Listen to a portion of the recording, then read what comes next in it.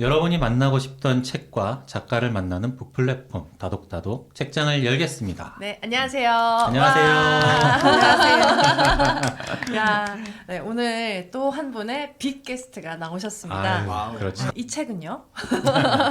예스24 선정 2022년 올해 책 중 탑 6에 들었고요. 와. 그리고 이 저자분의 블로그와 인스타그램의 게시물에는 정말 폭발적인 반향과 반성과 응원이 이어지고 네. 있습니다. 바로 엄마의 말연습이라는 책에 윤정 작가님이 오늘 다독다독에 나와주셨는데요.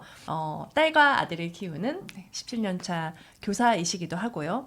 그리고 20만 명이 넘는 팬을 지닌 교육 인플루언서시기도 합니다. 마음이 단단한 아이들이 더 많아졌으면 하는 바람으로 오뚜기샘으로 불리는 윤정 작가님을 소개합니다. 안녕하세요. 네, 안녕하세요. 반갑습니다. 반갑습니다.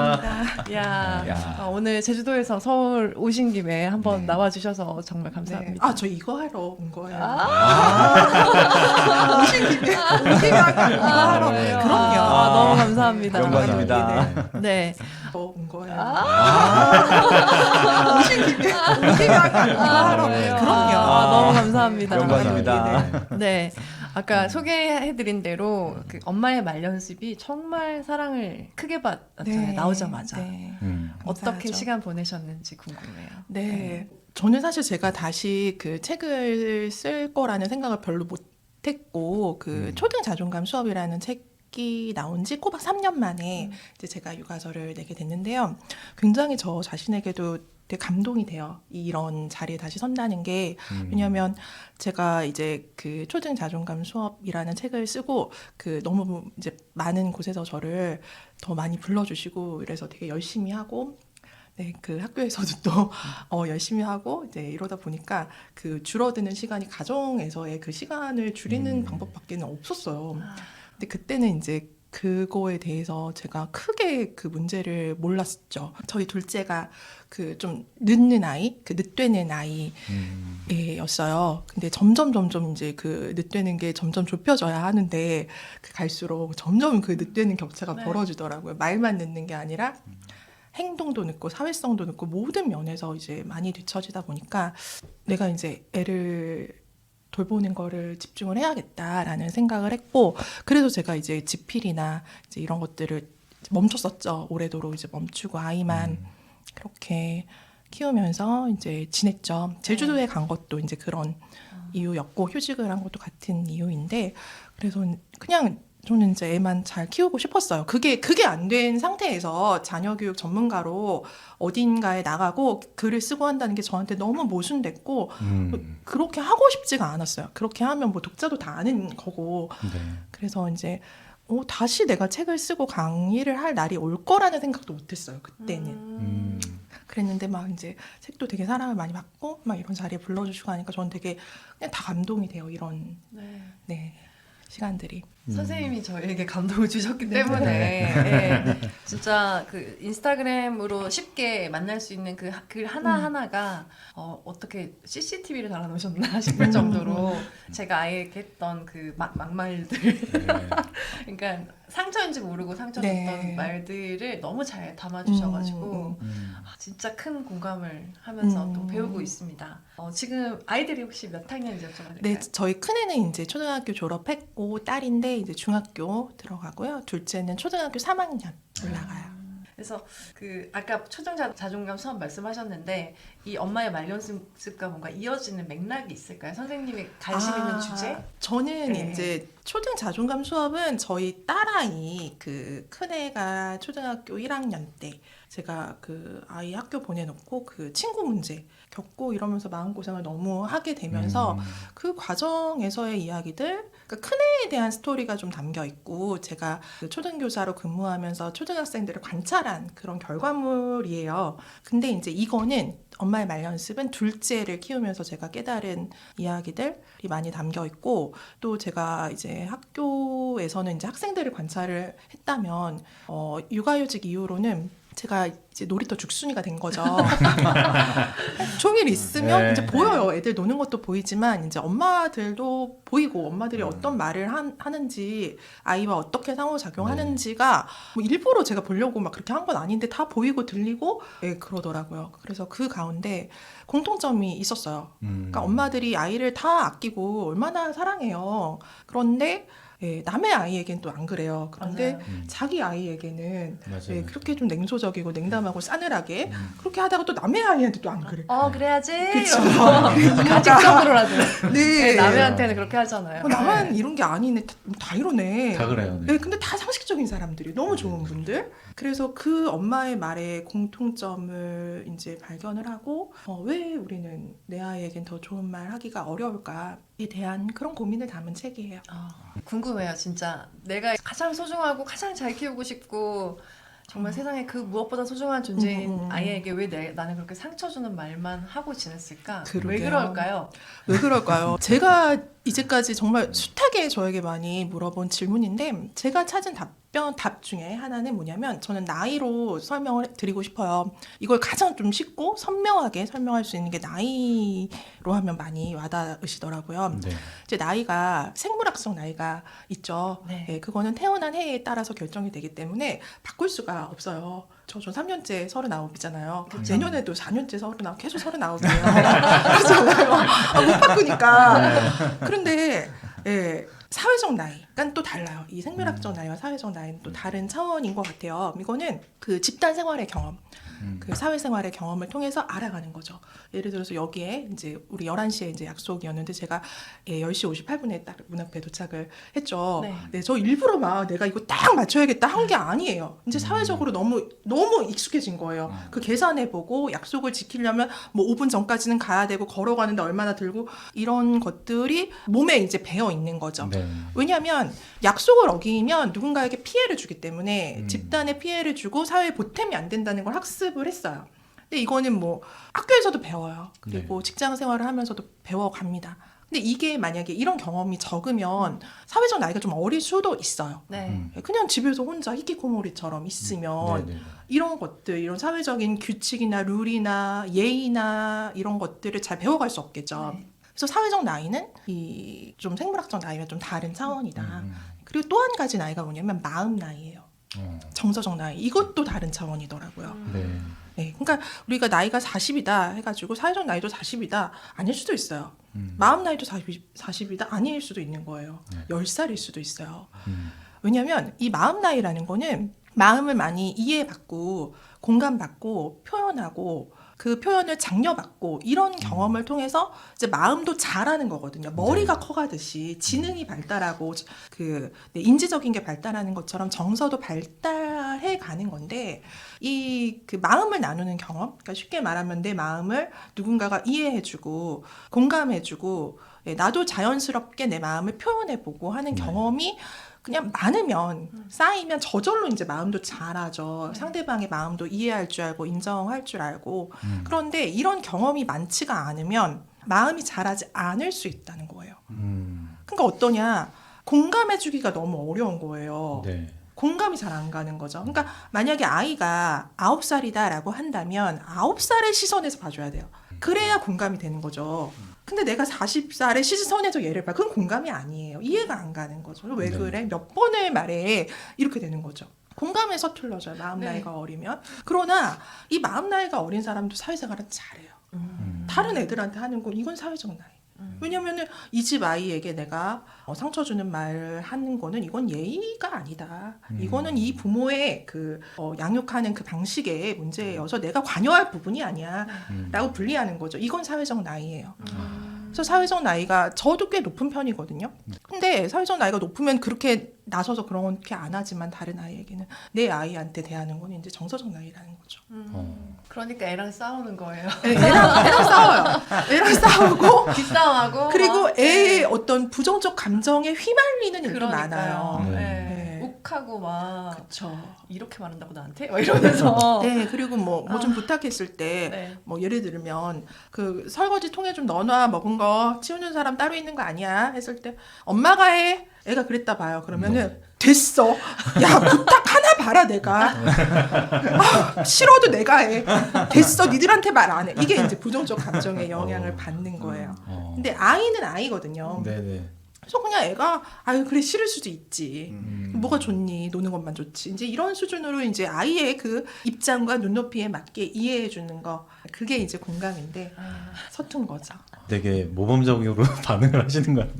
너 다음에 밥 안 먹을래? 막 이렇게 밥 먹기 싫어? 막 이럴 수 있는데도 되게 그래도 완화된 표현으로 하시는구나. 역시.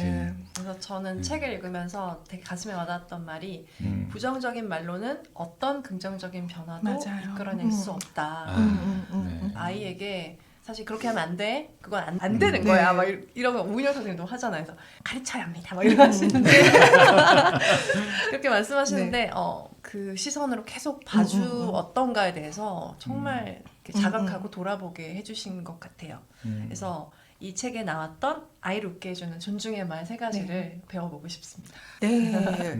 존중의 말 3가지 중에서 우선 인정의 말. 예, 이거 정말 질문을 많이 주세요. 그래서 이거 정리를 제가 드릴게요. 이거를 다 인정해 주라는 게 아니에요. 그러면 큰일 납니다. 아이는 잘못된 행동을 하고 잘못된 생각의 오류 이런 거 다 바로잡아야 돼요. 그거 다 인정해 주면 안 되죠. 예. 근데 인정은 뭘 해줘야 되냐? 정확히 대상이 감정을 인정해 주라는 거예요. 감정만 인정해 주면 돼요. 행동도 교정해주고 문제되는 그런 생각도 바로잡아 줘야죠. 그 훈육입니다. 그러나 그렇게 가르쳐 주면서도 충분히 감정을 인정해 주면서도 할 수 있어요. 그러니까 아까 그 뭐 안 되는 거야. 뭐 그렇게 할 때도 그러니까 가르치는 거는 괜찮은데 그거는 꼭 필요한데 거기에 감정이 실리는 게 문제거든요. 네, 많이 실려. 많이 실리죠. 네, 많이 실리죠. 우리 하나 예를 들어볼까요? 네. 상황적인 예를. 아이가 울 때, 우는 상황 한번 해보죠. 네. 계속 울면 막 징징거리면 너무 이렇게 신경이 막 곤두서면서 뭐라고 하세요? 네, 계속 점점 울어요, 애가. 뭐라고 하세요? 그만 진짜 솔직하게 말해요. 엄마는 진짜 네가 그렇게 울면 엄마 너무 어찌할 바를 모르겠어. 그렇게 막 얘기해요. 진짜? 엄마 그럴 때는 엄마가 지금 너무 힘들고 그 우는 소리가 너무 힘들어 그만해줬으면 좋겠어. 이렇게 얘기해요. 네. 진짜로? 이야. 근데 이제 네. 그만 어떻게 울어 막 얘기하세요? 이거. 애가 막 징징거리고 징징거리고. 울고 그만 울어. 그만 울어. 뭐가 그렇게 슬퍼? 뭐 이렇게 얘기하는. 네가 울 일이 아니야. 그게 무슨 울 일이야. 울지 마. 이렇게. 걸핏하면 네. 징징대. 그렇죠. 그럼 그렇게 만약에 얘기하죠. 아이가 우는 게 아니라 무언가를 물어봤어요. 아빠한테, 엄마한테. 뭐 예를 들면 저희 아들이 얼마 전에 밀물과 썰물이 왜 생기냐.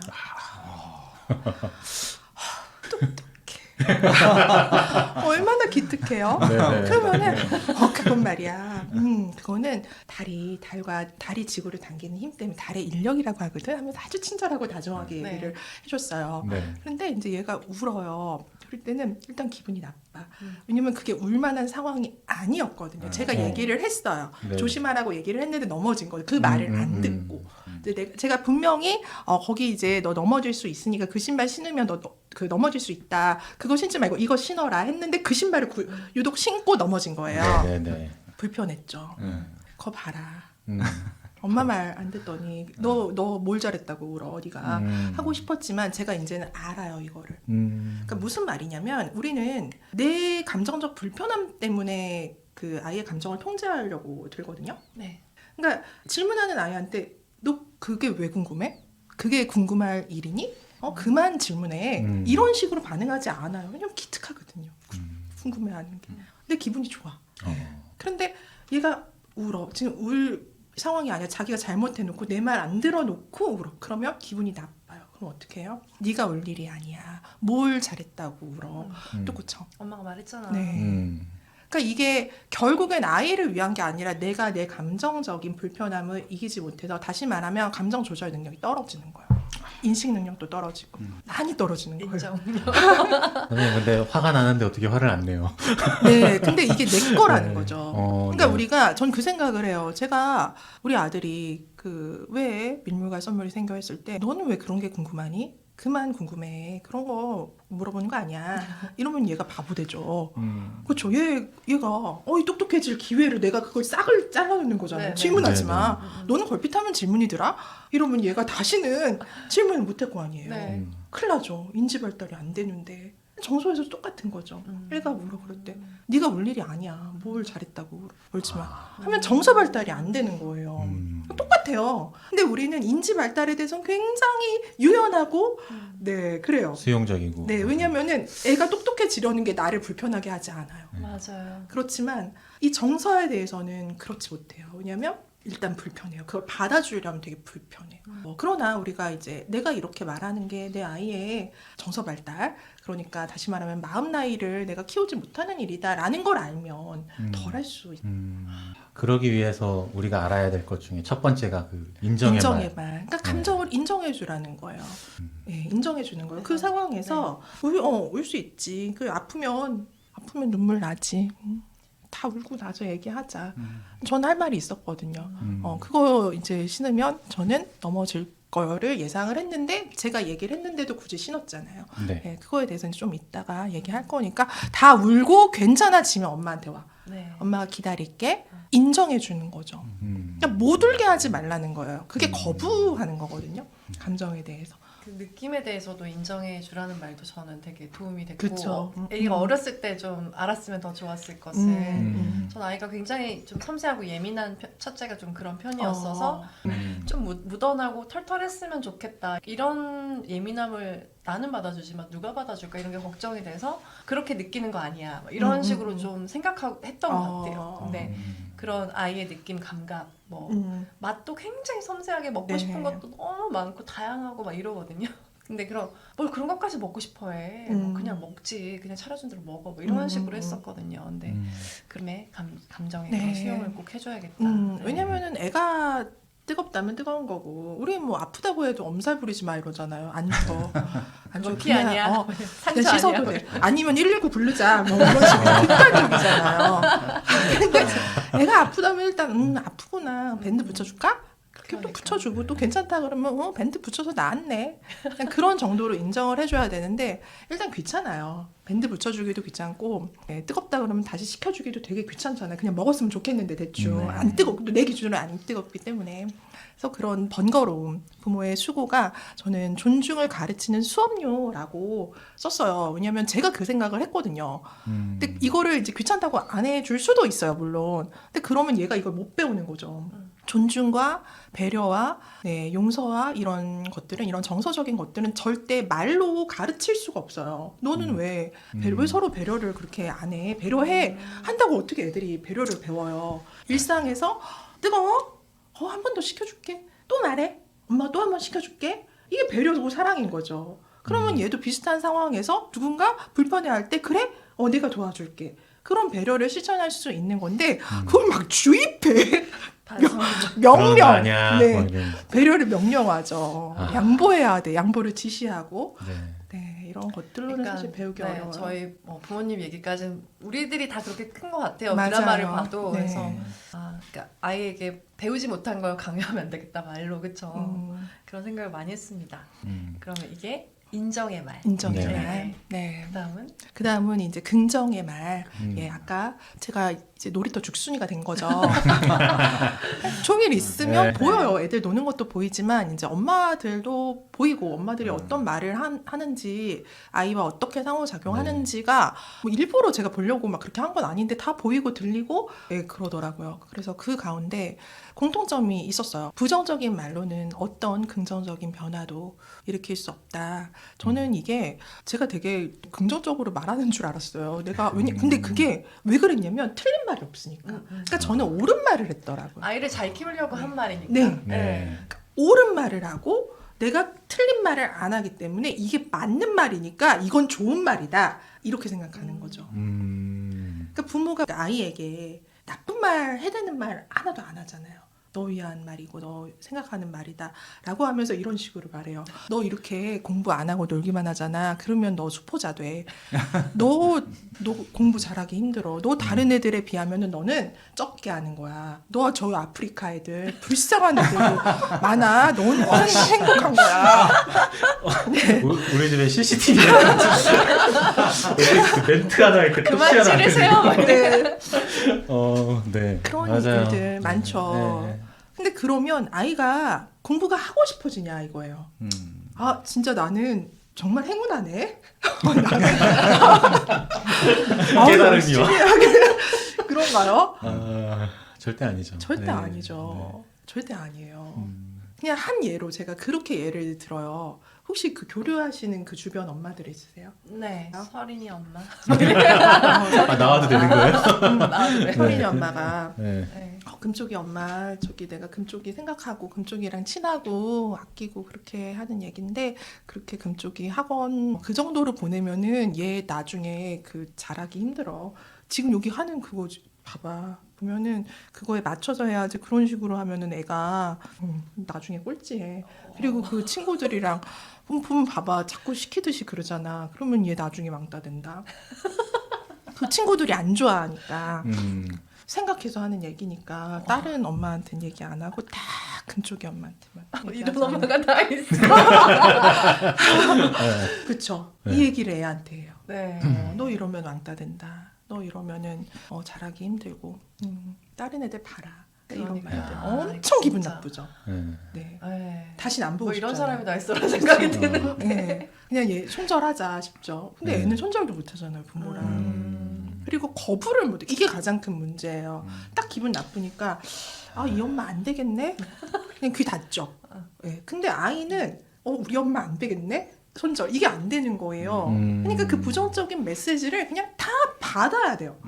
또 엄마를 미워할 수도 없어, 얘는. 그러니까 크게 상처받는 거예요, 이게. 그러니까 엄마 그렇게 나쁜 말 하지 마.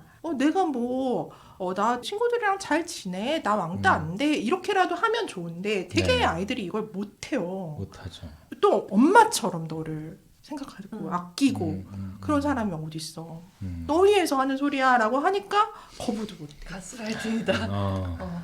그러니까 이게 부정적인 말이 그러니까 전혀 도움이 안 된다라는 거예요. 그게 옳은 말도 사실 아니고. 네. 그래서 아이를 정말 위한다면 우리는 긍정적인 말을 해야죠. 어떤 상황에서든지 긍정적인 면을 발견할 수 있거든요. 네. 그래서 제가 이제 책에도 실었는데 저는 제 책의 대표 문장이라고 생각을 해요. 쉽지 않아. 어려운 일이야. 네, 그래서 이거를 매직워드라고 저희 독자분들이 실천을 해보고 이거 다 된다. 다 된대요. 모든 상황에. 저도 이거 정말 일상처럼 써먹었거든요. 뭐냐면 아까처럼 아이가 뭐 숙제 안 하고 계속 놀겠다 미루고 이런 상황에서도 숙제부터 하는 거 쉽지 않아. 어려운 일이지. 근데 그래도 해봐야지. 어려워서 안 할래. 아유, 그치. 어려워서 안 하고 싶어. 그래, 안 하고 싶지. 어려워. 그럴 수 있어. 피곤해. 그치. 그리고 네가 숙제부터 하는 게 익숙하지가 않은 거야. 집에 오면 그냥 놀았잖아, 그동안은. 익숙하지 않아서 그래. 근데 하다 보면 익숙해져. 이제 그게 몸에 배는 거야. 나는 이제 숙제부터 하고 노는 게 당연한 일이 되는 거야. 그때까지는 해봐야 돼. 해보자. 참 어려운 말이에요. 뭔가 근데 홀린 듯이.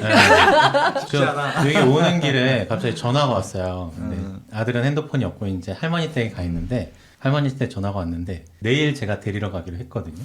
그랬더니 아빠 하고 전화가 돼요. 아들 그랬더니 아빠 숙제가 너무 많아요. 그러는 거예요. 대뜸 내일 제가 데리러 갈 테니 어제 이제 통화하면서 숙제를 좀 최대한 많이 해놔라. 분명히 저랑 약속한 게 있거든요. 하루에 네. 얼마만큼씩 하겠다. 그래서 너 이거 할 수 있겠어? 근데 본인이 하겠대요. 그래서 그만큼의 숙제를 하라고 일정표에다 이렇게 만들어준 게 있어요. 그래서 매일 했으면 체크를 해라. 근데 한 일주일 정도 가 있었는데 여태까지 하나도 안 하고 놀기만 하다가 이제 내일 아빠가 데리러 온다고 하는데 몰아서 하려니까 힘든 거죠.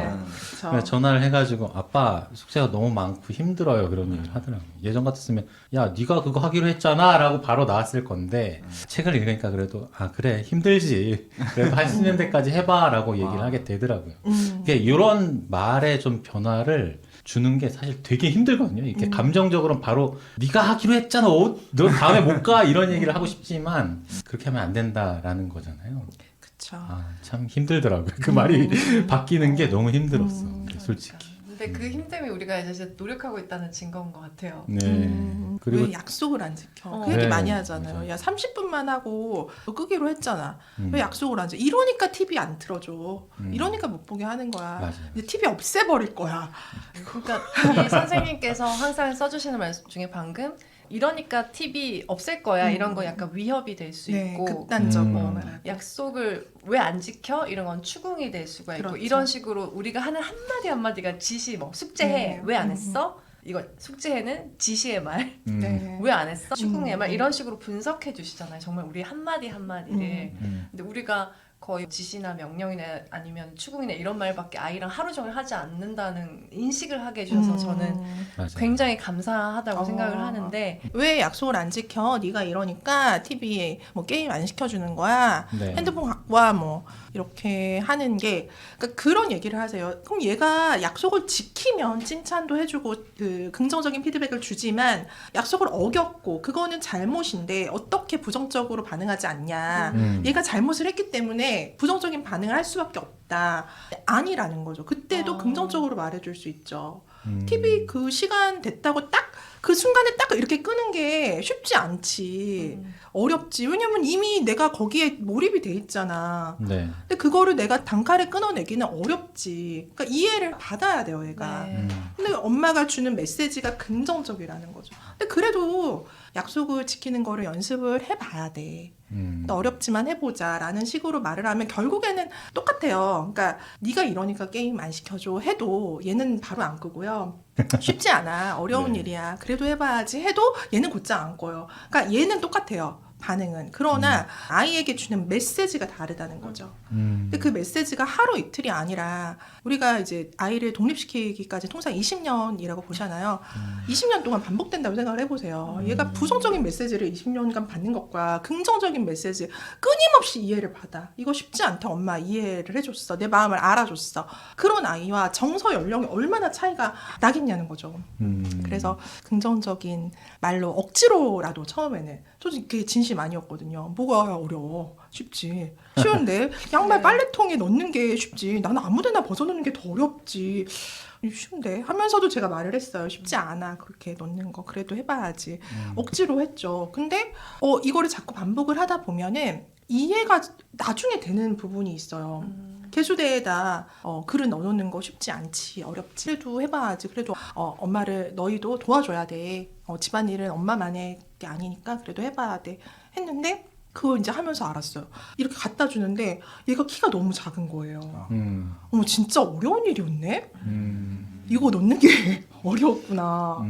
참 애 입장에서는 어떻게 보면 자기 나름의 최선을 다한 행동인데 참 좋은 부모 소리를. 입장에서 봤을 때는 너무나 부족해 보이고 그쵸. 그러니까 또 좋은 말이 안 나오고 그냥 감정 그대로 내뱉는 말들이 좀 아이에게 상처가 되는 그런 경우가 되게 많았던 것 같아요. 그래서 네. 이런 책을 보면서 이렇게 한 번씩 좀 반성을 해줘야 네. 또 당분간 또 좋아집니다. 그러면 존중의 말에 세 번째 다정한 말은 이제 그 인정의 말과 긍정의 말이 그 말의 내용 관련된 거였다면 다정한 말은 말의 방식, 어조와 어투와 말이 주는 분위기인 것 같아요. 그래서 같은 말이라도 아다르고 어다르다라는 맞아요. 그런 차원인데요. 네, 예를 들면 애가 잘못했을 때 네, 잘못했어요 해 이렇게 시키잖아요. 맞아요, 맞아요. 네. 죄송해요 해 다시는 안 그러겠어요 해. 근데 이렇게 시키는 이유가 뭐냐면 얘가 그 잘못을 이렇게 시인하고 그거를 인정하는 게 안 보이니까 무언가 툴툴거리는 것 같고 주뼛거리고 하니까 내가 이 아이에게 무언가를 가르쳤다는 확신이 안 들기 때문에 네. 자꾸 그렇게 그 시인을 지시하는 거거든요. 근데 물론 이게 필요해요. 왜냐면 아이가 잘못했을 때 그것을 반복하지 않고 교정해 나가는 건 가르쳐줘야 하니까. 근데 저는 이걸 할 때마다 너무 그 아이에게 수치심을 주는 것 같은 거죠. 저도 어렸을 때 이런 말을 들었지만 너무 말하기가 싫었거든요. 개미 소리만큼 뭐 큰 소리로 말해 하면은 그것도 또 어렵고. 근데 저도 똑같이 하고 있었는데 이거는 좀 적절치 않다라는 생각이 들어서 제가 어느 날 하루는 너 잘못한 거 알면 와서 엄마 안아줘봐. 제가 이랬어요. 그냥 정말 그때 떠오른 게 그거였어요. 잘못했어요 해 안 하고. 그랬더니 얘가 진짜 1초 만에 저한테 와서 푹 안아주는 거예요. 그래서 알겠더라고요. 얘 잘못한 거 안 해. 그래, 앞으로는 그러지 마 하고 너무 따뜻하게 다정하게 네. 그렇게 그 훈육이 마무리가 됐어요. 내 말이 얘의 그 마음 높이에 맞지가 않았던 거죠.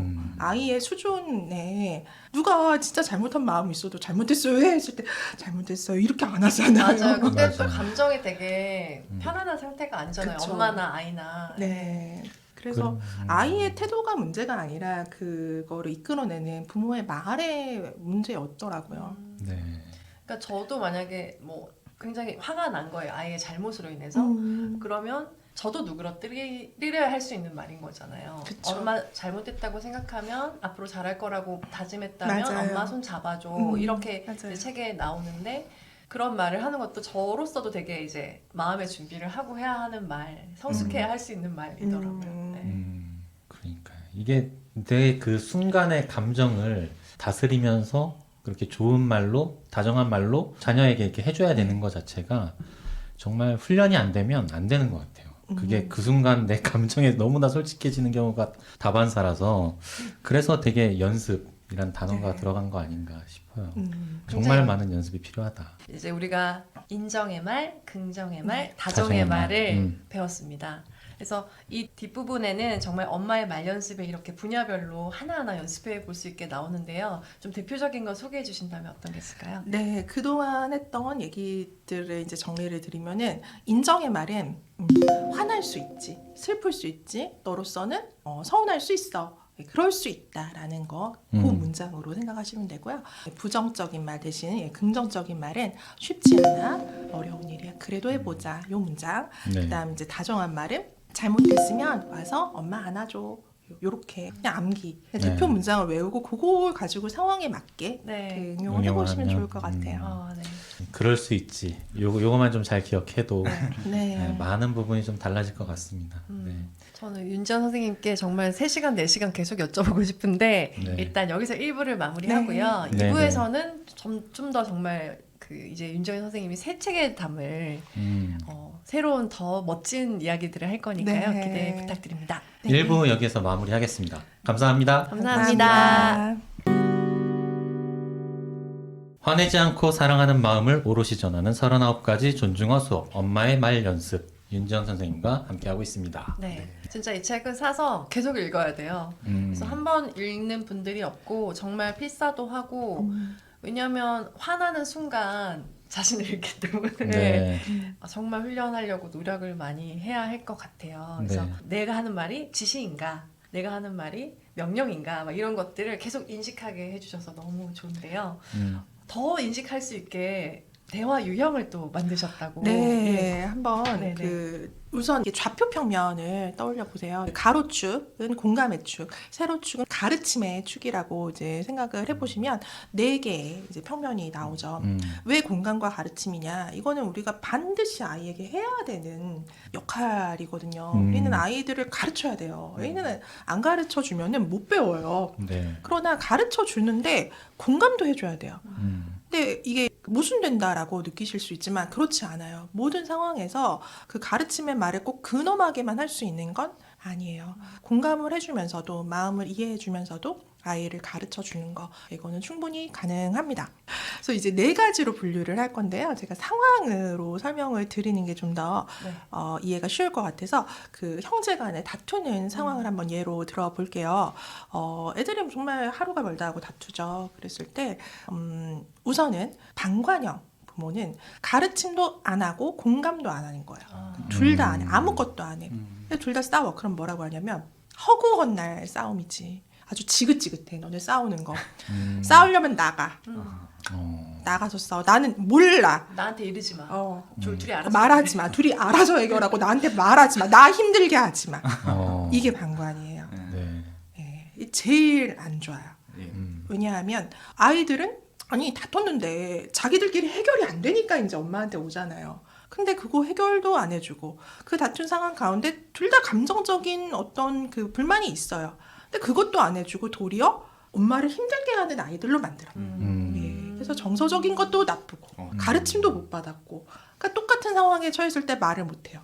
왜냐하면 또 엄마가 짜증과 신경질로 반응을 할까봐, 네. 또 엄마의 심기를 건들까봐. 제일 나쁜 이제 유형이 이 방관자 유형, 예, 가르침과 공감에 둘 다 소홀한 유형이다. 그래서 저거 난데요? 라고 생각하실 수 있는데 그럴 수도 있어요. 왜냐하면 그러니까 이게 모든 상황에서 나는 항상 방관자다. 그건 아닐 거예요. 맞아요. 그런데 일시적 방관자가 될 수도 있어요. 왜냐하면 뭐 내가 진짜 몸이 아프다든지 코로나 걸려가지고 열이 39도인데 네. 애들이 그러면 야 나가 네. 나한테 오지마 할 수 맞아요. 있죠. 예. 그리고 뭐 심리적인 어려움, 우울증도 이유가 될 수 있고 그래서 어떤 부모도 나는 저렇게 안 키워라고 자신할 수 있는 부모는 없어요. 그래서 근데 이제 내가 이럴 땐 내가 지금 아이에게 방관적인 태도를 보이고 있구나라는 거를 인지를 하면 우리가 또 나은 방향을 찾아갈 수 있기 때문에 이렇게 설명을 드리는 겁니다. 네. 그다음 이제 두 번째가 명령형이에요. 명령형은 계속 명령해요. 뭐냐, 가르침은 굉장히 적극적이에요. 공감을 안 해줘요. 군대식이죠. 네. 그러니까 예를 들면 둘이 싸웠어요. 그러면은 너는 왜 형한테 그렇게 대들어? 형 미안해. 너는 동생한테 양보를 해야 돼. 왜 동생한테 그렇게 양보가 없어? 너 그렇게 학교에서도 그래? 그러면 안 돼. 서로 양보해. 서로 악수해. 악수하고 서로 껴안고 사이좋게 지내고 각자 방에 들어가. 가서 자기 할 일 해. 계속 명령하죠. 그러고 나서 뭐 어떻게 생각하지 않아요? 공평했어 혼자. 난 잘했어. 한 명 편만 든 건 아니었으니까. 대단히 합리적이에요. 이게 뭐냐? 처음부터 끝까지 틀린 말 하나도 없죠. 그러니까요. 네. 그리고 적극적으로 가르쳐. 양보해야 되고, 형한테 대들면 안 되고. 근데 이 감정적인 것까지 지시를 해요. 서로 악수해. 막 지시하죠. 아니 마음이 풀려야 악수를 왜 내가 다 하잖아요. 들어가는 거예요? 네, 이게 이제 명령형인데요. 네. 가르치는 건 좋아요. 왜냐하면 그래도 아이들이 배우기는 하죠. 그리고 이런 갈등 상황을 어떻게든 해결은 했어요. 이 방관형의 경우는 갈등을 회피하거든요. 그냥 싸우는 거 보기도 싫어. 듣기도 싫어. 네. 싸우지 마. 그냥 나한테 얘기도 하지 마. 이런 식인데 명령형은 직면을 해요. 그래? 둘이 이리 앉아봐. 하면서 해결은 하죠. 악수해라 이런 식으로. 그러나 이게 이제 표면적인 해결일 뿐 정서적인 감정적인 거는 앙금이 남았죠. 네. 각자 자기 방에 들어가서 이를 갈고 있을 거예요. 뭐야? 나 억울해. 이런 식이죠. 그러니까 명령형 부모는 물론 방관형보다는 훨씬 나아요. 가르쳐 줬으니까. 그러나 이 감정적인 부분에 있어서 상당 부분 결핍될 수 있다는 거예요. 이게 반복이 되면. 그래서 그 명령형 부모님은 또 이것도 난데 이렇게 생각하실 수 있어요. 그런데 그럴 수 있죠. 이게 왜 우리가 명령형이 되냐? 가장 큰 이유는 뭐냐면 정서적인 교류의 경험의 부족이에요. 그러니까 이 상황 가운데 마음이 보여야 되거든요. 네. 참 얘는 또 형 때문에 마음 상했겠다. 네, 그런 마음이 보여야 되고, 또 형은 동생 때문에 너도 속상하겠다. 이런 마음이 보여야 되는데 어떠냐면 딱 그 상황만 보여. 문제만. 어디 그 먹을 게 뭐라고 그거 가지고 치사하게 둘이 싸우고 있어. 이건 옳지 않아. 막 이런 식으로 상황을 판단하거든요. 네. 근데 왜 그러냐? 정서적인 게 이제 부모가 어떻게 보면 좀 발달이 안 된 거죠. 왜냐하면 마음을 나누고 교류해보고 이런 가운데 우리의 정서도 자라는 건데 아까 얘기 드린 마음 나이가 어리면 이런 게 서툴 수 있어요. 네. 그러니까 안 하는 게 아니라 못 하는 거죠. 누가 내 마음을 알아주고 이해해주고 이런 걸 많이 해봤으면 내 아이에게도 아주 자연스러울 텐데 네, 그렇지 않은 경우는 어려울 수 있어요. 네. 또 다른 사분면에 네, 그 다음이 친구 유형입니다. 친구 유형은요, 공감에는 적극적이에요. 근데 가르침에 소홀한 거죠. 그러니까 아까 이런 상황에서 친구형은 어땠냐면, 만약에 뭐 먹을 거 가지고 다툰다 그러면은 이리 와봐. 엄마가 그래서 그 과자 하나 더 사놨어. 형한테 달라고 하지 말고 이거 먹어. 그리고 끝내 그냥. 됐지? 엄마 최고. 그래 싸우지 마. 그럴 줄 알고 내가 하나 더 샀잖아. 앞으로 나한테 말해. 그러니까 공감에는 적극적이고 아이 마음 이해해 주는 거는 해요. 그런데 어떻게 보면은 싸울 기회가 없어 얘네는. 근데 이게 물론 이제 명령형보다는 공감적인 부분이 낫죠. 근데 어떤 문제가 있냐면 부모가 이 갈등을 되게 힘들어하는 케이스가 있어요. 네. 네, 갈등을 그래서 회피하고 갈등을 안 만들고 불편한 감정을 말을 못해요. 그러니까 누구한테도 싫은 소리를 못하는 거예요. 애한테도 싫은 소리 못하고 남한테도 싫은 소리를 못해요. 근데 어떤 불편한 감정이 없으면 괜찮아요. 나는 다 오케이야. 그런 상관없는데 있다는 거죠. 근데 있는데 그 내색을 안 하는 거예요. 그런 불편한 내색은 안 하고 좋은 말은 하죠. 근데 누구 기분 상하게 할까봐 그런 것들은 많이 감추고 말을 안 해요. 그러다 보면 어떤 일이 생기냐면 말을 못하는 사람이 되는 거예요. 그리고 아이도 상황적인 그 문제 해결력을 배울 수가 없어요. 네. 좀 연약한 아이가 되는 거예요. 그러니까 우리 엄마는 뭐든지 다 받아주고 이해해주고 좋게 얘기를 해줬는데 선생님 왜 그래 너무 무서워 예를 들면 이럴 수 있어요. 네, 엄마가 네. 너무 친구같이 따뜻하게만 해주고 교정이나 가르침에 소홀하면 다른 사람이 너무 엄격하게 느껴져서 아이가 온실 속의 화초처럼 자랄 수 있죠. 그래서 이거 이렇게 하면 안 된다라는 게 아니라 공감해주는 부분은 좋지만 그 부모의 그 갈등을 직면하는 그런 부분을 키워야겠다. 이게 그냥 피하기만 하면은 배울 수 없구나. 아이도 배울 수 없구나라는 거를 좀 인지하셨으면 좋겠어요. 네. 네. 그럼 가장 공감과 가르침을 네. 함께하는 유형은 어떤 네, 유형인가요? 가장 네. 이상적인 유형 멘토형입니다. 멘토 부모는요 가르침에도 적극적이고 공감에도 이렇게 앉혀놓고 얘기를 하는 거예요. 내가 들어보니까 너로서는 동생이 속상할 수 있겠다. 왜냐면 형이 그거를 달라고 했는데 그 한 개 달라고 했는데 그걸 안 주니까 너는 서운했을 수 있어. 그런데 니께 있어서 안 준 것 같아. 니께 없으면 줬을 텐데 형이 니께 있으니까 니 거를 먹으라는 그런 뜻이었던 것 같대. 근데 너도 니 거를 사실 먹으면 되는데 형 거 먹고 싶었던 거잖아. 그럼 형아 하나 바꿔 먹자 하면 되는데 하나만 줘 하니까 이제 싫은 거잖아. 앞으로는 이제 하나 주면서 네가 또 바꿔 먹자 그렇게 제안을 해봐. 그냥 무조건 달라고 하지 말고 제안을 해봐. 그리고 형한테도 가서 너 동생이 그렇게 자꾸 너 거 달라고 하고 이러면 너도 짜증나지. 근데 그럴 때는 너도 한번 물어봐. 그럼 네 거 하나 줄래? 나도 네 거 하나 내 거 하나 줄게. 그런 식으로 한번 대화로 풀어가봐. 그러면 싸울 일이 이제 줄어들 거야. 네. 하면서 어떻게 보면 그 상황적인 문제를 해결도 해주면서도 마음을 다 읽어줬어요.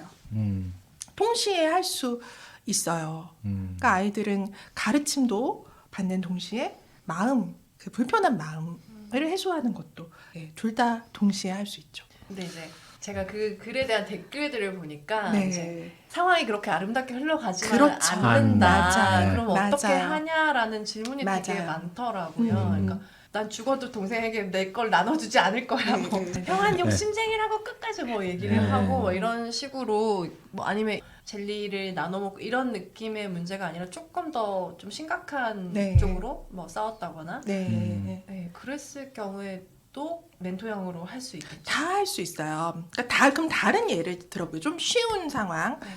아이가 학원을 빠지겠대요. 음. 근데 오늘 딱 한 번만 빼달래요. 네. 숙제를 못했다고. 어려워. 숙제가 그런데 너무 진짜. 많은데 내가 그동안은 했는데 내가 이번엔 진짜 많았고 그래서 나 엄마 딱 한 번만 나 오늘만 딱 한 번만 나 안 갈게. 이렇게 하면 너무 난감하죠. 네. 네. 이때 첫 번째 명령형 부모 어떠냐. 학원이 네가 숙제 안 했다고 안 가고 숙제를 하면 가고 그런 데야? 엄마한테 이렇게 말하는 그 시간에 너는 숙제를 해야 되는 거야. 그게 맞지. 네. 이럴 시간 있으면 숙제를 해. 그리고 그래도 다 못했어? 그럼 가서 혼나야 돼. 엄마가 얘기했어. 어제도 얘기했고 엊그제도 얘기했어. 주말에 숙제부터 하고 놀아라. 그런데 네가 안 하고 놀았어. 가서 혼나. 이게 명령. 계속 명령이에요. 감정적인 건 알아주지 않고 계속 가르쳐요. 이게 명령이요. 네. 자, 친구형 어떠냐? 그치, 힘들지. 너 애쓴다. 오늘 한 번만 따져. 그리고 선생님한테 내가 너 아파서 못 간다고 할게. 한 번만 따져. 됐지? 갈등을 피해요. 애가 좋긴 또 좋다, 뭐라고 근데 할까? 기분이. 그쵸? 네. 근데 얘 못 배워. 얘 뭐라고 생각해요? 다음에 또 네. 맞아요. 또 이래 한 번씩 가기 싫으면은 엄마한테 힘들다고 이렇게 해야겠다. 엄마가 다 해결해 주네. 이렇게 나약한 애가 돼. 요령이 생겨. 그쵸. 방관형 어때요? 지긋지긋해. 비싼 돈 들여가지고 학원 보내 놨더니 한다는 소리가 몰라. 가던지 말던지 네 맘대로 해. 그럼 애는 황당해요. 가라는 거야 말라는 거야. 어떻게 알았는지를 모르겠다. 어떡해. 불안하죠. 네. 제일 나빠요. 방관형. 어. 멘토형은 어때요? 숙제를 안 했어? 그래 숙제가 많기는 해. 힘들어. 그거 하기 힘든 건 알겠어. 그리고 네가 그동안 성실하게 해오느라 애쓴 것도 알겠어. 그런데 숙제를 안 했다고 해서 안 갈 수는 없어. 숙제랑 학원을 가는 거랑 별개야. 이건 약속이야. 가서 말씀을 드려봐. 선생님께 숙제가 오늘 너무 많았다. 그래서 다 하지 못했다. 라는 거를 말씀을 드리고 한번 상의를 드려도 좋아. 이 숙제 양이 이제 하기가 버겁다라는 그 분량에 대해서 네가 솔직하게 말씀을 드리는 게 좋아. 엄마한테 얘기를 해도 그거는 엄마가 해결해 줄 순 없잖아. 숙제 양의 문제는 선생님하고 한번 상의를 해보자. 가서. 네, 이게 멘토예요. 멘토. 공감도 해주고 네. 가르침도 주고. 아, 근데 진짜 점점 할 수 있을 것 같아요. 그래서 제가 연습하는 과정에서 어떻게 고장이 난지 아세요? 막 만약에 뭐 반관형이나 이렇게 뭐 뭐랄까 재판관형으로 네. 막 얘기를 하다가 갑자기 생각이 난 거예요. 아, 내가 이렇게 말하면 안 된다 해서 갑자기 그럴 수 있지. 네가 그렇게 해서 되는 거야?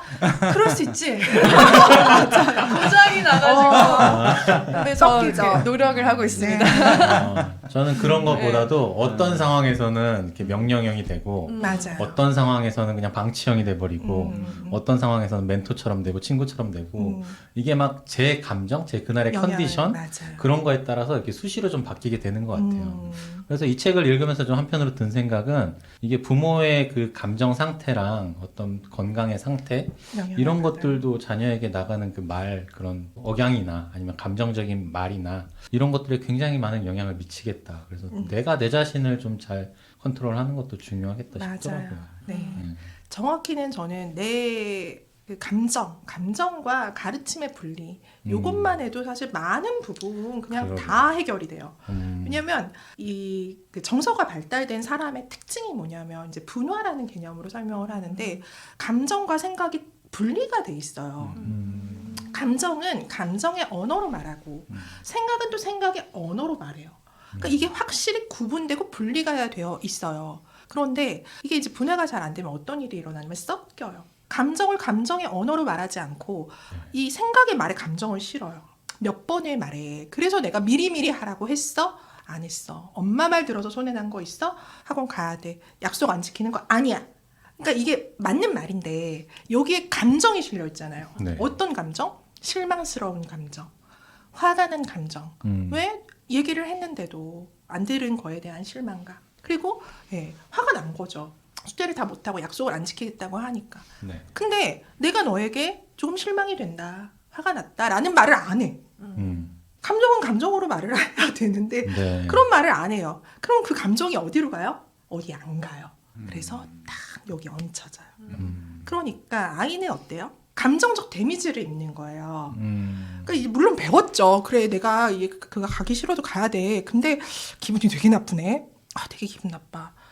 이 정서적인 이 부정적 감정을 소화시키느라 배울 수가 없어요. 기분 나쁜 상태에서 뭘 배워요? 맞아요.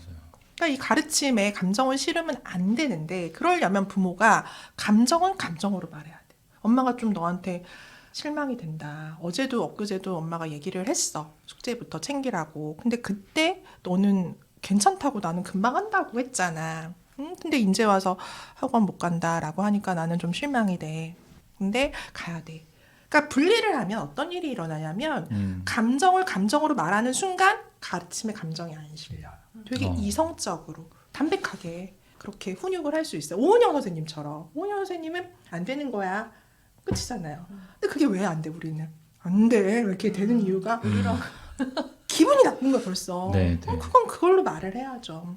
그래서 기분이 태도가 되지 않게라는 말이 정확해요. 그렇게. 네. 네.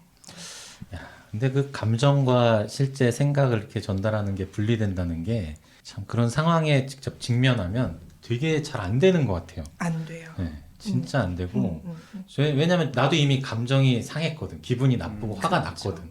근데 그거를 분리해서 나 지금 너한테 화가 났거든 이라고 얘기를 하고 또 이성적으로 또 너는 그렇게 하면 안 되고 그래도 약속이니까 가야 되라고 이렇게 또 전환해서 말한다는 게 그렇게 내 감정을 또 쉽게 이렇게 바꾼다는 게 쉽지 않은 것 같아요. 네, 그거는 사실은 이런 대화에 많이 노출이 되면 되게 쉬워요. 아 그래요. 뭐냐면 누군가 나에게 감정은 감정대로 말하고 가르침은 가르침대로 줬다면 나도 이게 기본값이 돼요. 대화의 기본값이 되는 거예요. 쉽게 말하면. 네. 아니 당연히 기분이 나쁘다. 이거는 내가 좀 실망이 된다. 이렇게 말하고 그 다음에 가르침은 가르침으로 말하면 되는데 이게 당연한 게 되는데 왜 우리는 이게 어렵냐면 누가 나한테 이렇게 말을 안 한 거예요. 쉽게 말하면 진짜 뭐 가까운 사람, 뭐 부모님이 됐든 선생님이 됐든 누가 됐든 거의 다 이게 다 혼재돼서 말을 한 거죠. 똑바로 해, 뭐 내지는 그러니까 나도 이게 기본값인 거야. 네. 그래서 이거를 이제 와서 분리를 하기가 어려운 거죠. 성인이 돼서 분리를 하기가. 그러나 내가 내 아이에게 이렇게 구분을 해서 분리를 해서 그 얘기를 해주는 걸 계속하고 우리 아이가 이거에 20년간 노출이 되면 얘는 성인이 됐을 때 이게 당연해요. 이게 기본 공식이 되는 거예요. 엄마의 말 연습 안 해도 돼. 왜요? 20년간 난 이걸 들었는데 그냥 내가 그냥 들은 대로 말하면 되지. 뭘 연습을 하고 뭘 생각을 해요. 입에서 나오면 감정은 감정의 언어로, 생각은 생각의 언어로 이렇게 되는 거죠. 그러니까 부모가 좀 고단하고 좀 그래도 내가 이렇게 하면은 내 아이는 어때요? 이런 연습 안 해도 되는 거예요. 그러겠네요. 근데 댓글에 보니까 이제 뭔가 포기하는 듯이 어쩌라고 이런 거 있잖아요. 나도 그런 말 못 듣고 자랐고 하려고 해도 힘들고 못 하겠어요, 선생님. 와 진짜 저는 그런 사랑을 받지 못했는데 저한테 그러니까 어떤 청년기에 있는 분들도 내가 좋은 가정에서 자라지 않았기 때문에 또 나쁜 영향을 끼칠까봐 그런 것들 두려워하시고 또 아이에게 상처 줬다는 자괴감에 막 떨고 이런 분들 진짜 많더라고요. 그런 분들에게도 해주실 수 있는 말씀 있으실까요? 한번 메일을 받았어요. 굉장히 어렵게, 진짜 어렵게 잘하셨더라고요. 그래도 정말 많이 열심히 그렇게 해서 지금 그 아이에게는 그거 반복하지 않고 그리고 되게 좋은 환경에서 지금 아이를 키우고 있고 그런데 안 되는 거예요. 막상 그 상황이 닥치면 너무 아이에게 상처 주는 말이 나온다. 근데 자기는 진짜 다 들어본 적이 없는 말을 해줘야 되니까 그때 제가 드린 얘기가 뭐냐면 자기 연민에 빠지지 말라고 그 생각을 하면 좋을 것 같아요. 우리가 어렸을 때 그러니까 우리의 영유아기부터 청소년기까지 그 시기는 정서 교육에 대한 그게 없었을 시기예요. 네. 네. 그 당시에 육아서에 뭐 자존감 얘기가 뭐 얼마나 되겠어요. 정서 발달 얘기가 없어요. 지금은 우리는 다 알아요. 어떤 육아서를 펼쳐도 다 아이의 마음을 이해해줘야 된다. 하다못해 엄마표 학습에 대한 책도 다 그 얘기를 해요. 관계가 먼저다. 엄마표 학습 망한다. 관계가 안 좋아지면. 근데 그 당시에만 해도 그런 시기가 아니었죠. 우리나라가 80년대, 7, 80년대 고성장기에는 애를 교육을 잘 시켜서 좋은 학교에 보내고 나은 직업을 갖게 하는 게 다들 그게 목표였고 그걸 향해서 애를 썼잖아요. 그러니까 그 당시에 이런 걸 알았다면 우리 부모님들도 그렇게 하지 않았을 거예요. 근데 이제 지금의 문화가 됐지만 그 당시는 그렇지 않은 환경이었다는 부분, 그거 한 가지가 있고 두 번째는 저는 아이를 키우는 게 나를 키우는 과정이라고 생각을 해요. 그러니까 진짜 내가 내 아이만 키우고 내가 가지고 있는 모든 걸 다 소모한다면 그거는 할 수가 없어요. 특히나 저같이 에너지가 없는 사람은 이거를 계속 할 수가 없어요. 그런데 절대 그런 일이 아니에요. 뭐냐면 제가 한 가지 예를 들어보면 제가 이렇게 자꾸 감정을 실었다 했잖아요. 가르침에. 그런데 이제 내가 이걸 알고부터는 따로따로 이제 말을 해요. 그러면서 보여요. 감정을 실어서 말을 하는 사람이 보이고 따로따로 말하는 사람 다 보여요. 근데 우리 아들이 얘는 되게 느린 아이라고 했잖아요. 말도 늦고 행동도 늦고 먹는 것도 느리고 체구도 작고 그런 아이라고 했잖아요. 근데 얘가 정서가 발달한 게 보여요. 따로 말해. 따로 말해요. 전에는 딱 그 징징대는 거. 말은 안 하고 계속 뭔가 분에 찬 그런 불편하잖아요. 부모로서 네. 엄청 그걸 받는 게. 근데 지금은 말을 해요. 그때 내가 그 영화를 골랐는데 그거를 보겠다고 하고 엄마 아빠 끝까지 안 봐줬다. 근데 이제 저희가 문화가 금요일날 밤에 같이 영화를 보는 문화가 있는데 집에서 우리 아들이 보겠다고 선택한 영화가 있었는데 이제 처음이었어요. 근데 이제 보겠다고 했죠. 걔가 골랐으니까. 근데 저희는 그렇게 재미없을 줄 몰랐거든요.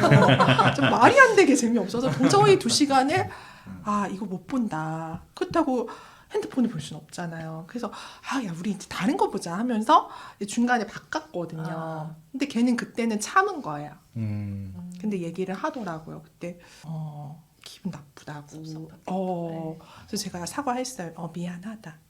미안하다. 충분히 양해를 구하고 그리고 바꿨어야 되는데 그냥 어떤 상황적으로 그냥 바꾸자 이렇게 된 거예요. 얘에게 어떤 감정적인 그 양해를 미처 구하지 않고. 그래서 제가 미안해. 그때 엄마가 몰랐다. 그리고 네가 지금이라도 얘기를 해줘서 고마워. 풀자. 이렇게 했거든요. 이제 보여요. 그게. 분화가 됐잖아요. 막 울면서 그렇게 하지 않고 나 영화 안 봐 하면서 예전 같으면 나갔을 거거든요. 네. 네, 근데 나중에 이제 얘기를 하더라. 많이 자기는 너무 황당하고 너무했다고 엄마 아빠가 자기한테 너무한 것 같다고. 그럴 수 있겠다. 그쵸. 네.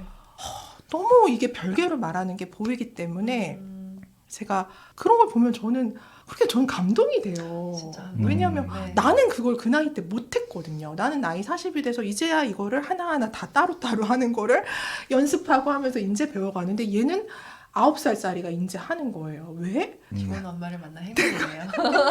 이걸 한 지 또 얼마 되지도 않아요.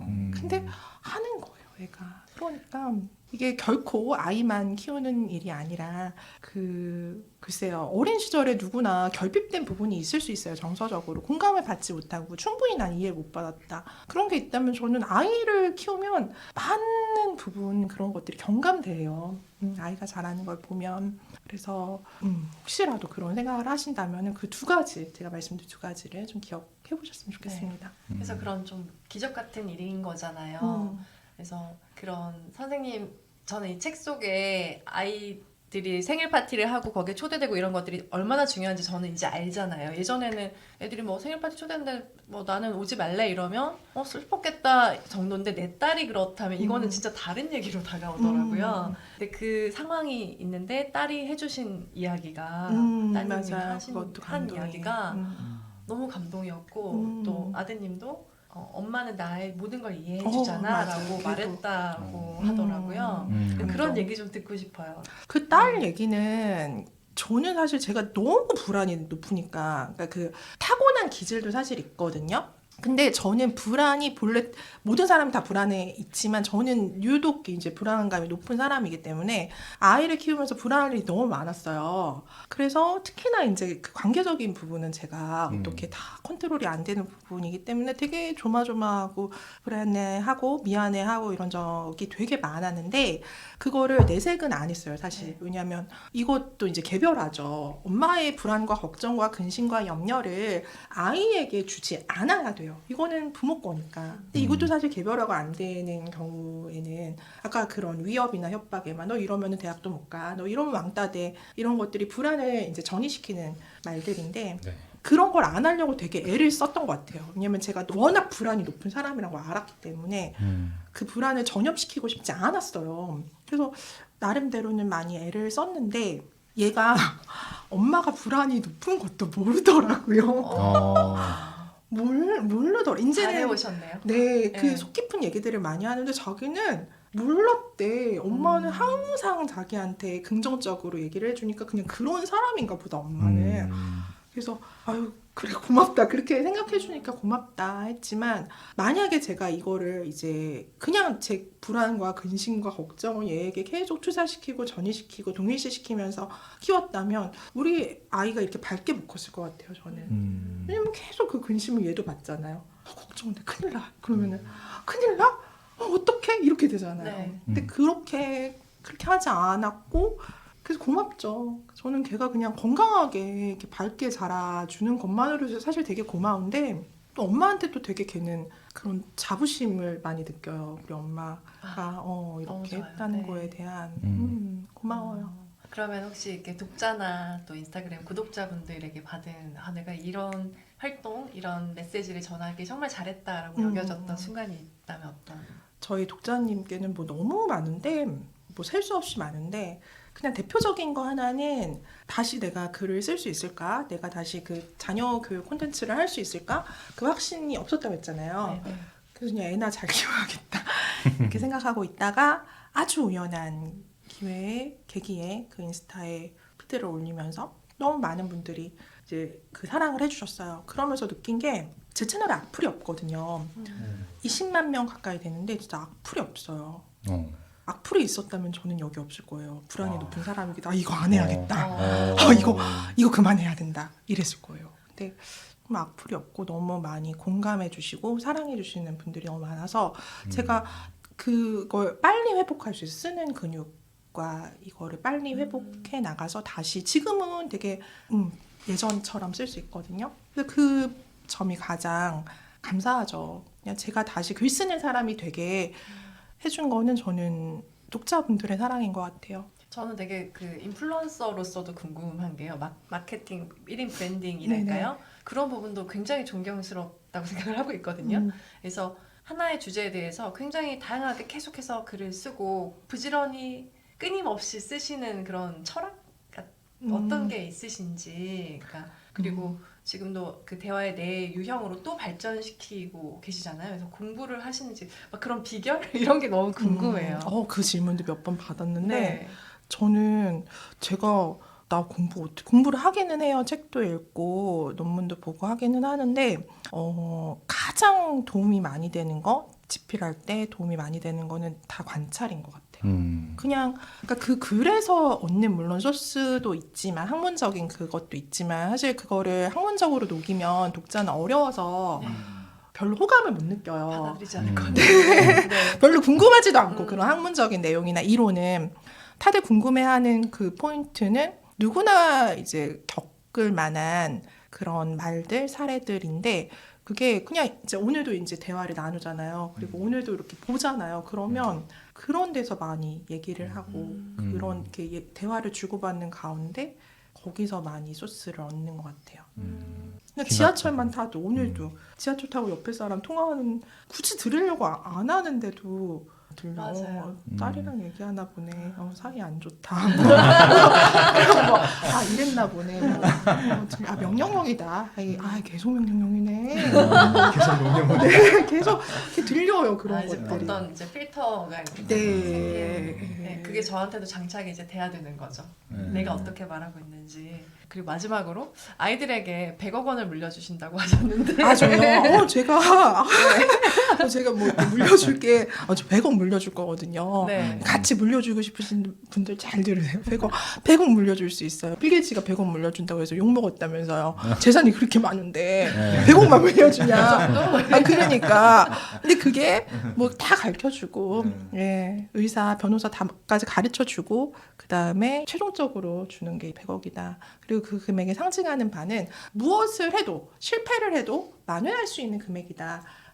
라는 건데요. 제가 이제 100억이 없어요. 저는 그럼 뭐 없어요. 200억 있으셔야 되잖아요. 그렇죠. 100억? 그래서 이제 지금 제가 가지고 있는 거는 한 10억씩 우리 아이들 정서 통장에 있어요. 정서 통장에 있어요. 그 정서 통장 이제 100억을 채워서 제가 독립시키기 전까지 100억을 채워줄 텐데요. 잘 돼가고 있어요. 왜냐하면 제가 적립식으로 쌓고 있거든요. 습관적으로 긍정적으로 말을 해주고 있고 특히나 아침. 등교할 때 그리고 하교할 때 그리고 밥 먹을 때 우리가 항상 마주하는 일상에서 좋은 말들을 계속 끊임없이 들려주면 그게 이제 20년간 쌓이면은 아이에게 어떤 실패를 해도 누가 나에게 상처를 줘도 누가 어떤 말로 상처를 줘도 내 통장에 100억 있어. 정서 통장에 나는 100억 받은 사람이야 라고 생각을 하고 그런 상처를 잘 이겨내지 않을까라고 생각을 합니다. 네, 저도 나는 얼마 정도 지금 물려줬나 생각해 보니까 억대가 아직 안 되는 느낌이 좀 들기도 해요. 난 마이너스 같은데. 근데 거 아니야? 진짜 고장은 가끔 나지만 노력을 많이 해서 이런 이론을 알았기 때문에 이제 사춘기가 좀 두렵지 않더라고요. 막 병 이런 얘기도 많이 들려서 차차 무서워지겠구나 막 이런 불안이 있었는데 이제 좀 뭔가 무기를 얻었다. 이제 나는 괜찮다 이런 생각이 들어요. 방금 그 말씀하신 중2병이라는 게 왜 그런 단어가 생겼고 왜 그 나이 때 애들이 이렇게 폭발하는가 생각해 보면 이런 훈련이 좀 부모가 덜 돼서 그럴 수 있어요. 그동안 계속 억눌려 있던 감정들이 쌓이고 쌓이다가 그 나이 때 이제 머리도 좀 크고 하니까 맞아요. 못 참고 터지는 게 아닌가 싶기도 하네요. 아무튼 오늘 네. 참 작가님 말씀 들으면서 좀 전 개인적으로 많이 반성도 좀 하고 이거는 진짜 습관이 될 때까지 훈련이 돼야겠다라는 생각이 제일 많이 들고요. 내일 이제 아들 만나러 가는데 내일부터 조금씩 더 연습을 해서 좀 좋은 말, 좀 다정한 말로 자녀와 대화할 수 있는 부모가 됐으면 하는 마음을 다시 한번 다져봅니다. 네, 저는 윤정 작가님 앞으로의 계획도 너무 궁금해요. 네. 앞으로의 계획이요. 앞으로의 계획은 우리 애들한테 계속 이제 정서 통장에 적금식으로 쌓아주는 거. 그게 연봉이 장난 아닐 것 같아요. 네, 복리로 쌓여야죠. 그게 가장 크고 제가 일단은 저는 저희 아이들에게 좋은 엄마가 되는 거 네. 그런 게 제일 중요하고 두 번째로는 이제 올해 책이 나오거든요. 엄마의 말연습이 조금 그 실천 위주의 이제 책이어가지고 그거에 대한 왜 이렇게 우리가 말을 하냐 그런 이유를 좀 알아보고 하는 그런 이론을 좀 더 보강한 이론과 실천을 가미한 그런 책이 올해 출간 예정에 있어요. 네, 지금 쓰고 있어요. 그 책 내는 거. 네, 일단은 그래요. 네, 정말 응원하고요. 그리고 진짜 너무 감사합니다. 네, 이 활동들이 우리 지금 인구가 얼마 없잖아요. 그래서 더 소중한 우리 아이들에게 진짜 큰 영향을 끼칠 것 같고, 그리고 이 책이 좀 번역돼서 다른 나라에도 공감을 많이 얻을 것 같아요. 그래서 네. 그런 퍼져 나갔으면 좋겠습니다. 네. 네, 나와주셔서 너무 감사합니다, 선생님. 네, 초대해 주셔서 감사합니다. 네. 앞으로의 활동도 열심히 응원하겠습니다. 네. 감사합니다. 감사합니다.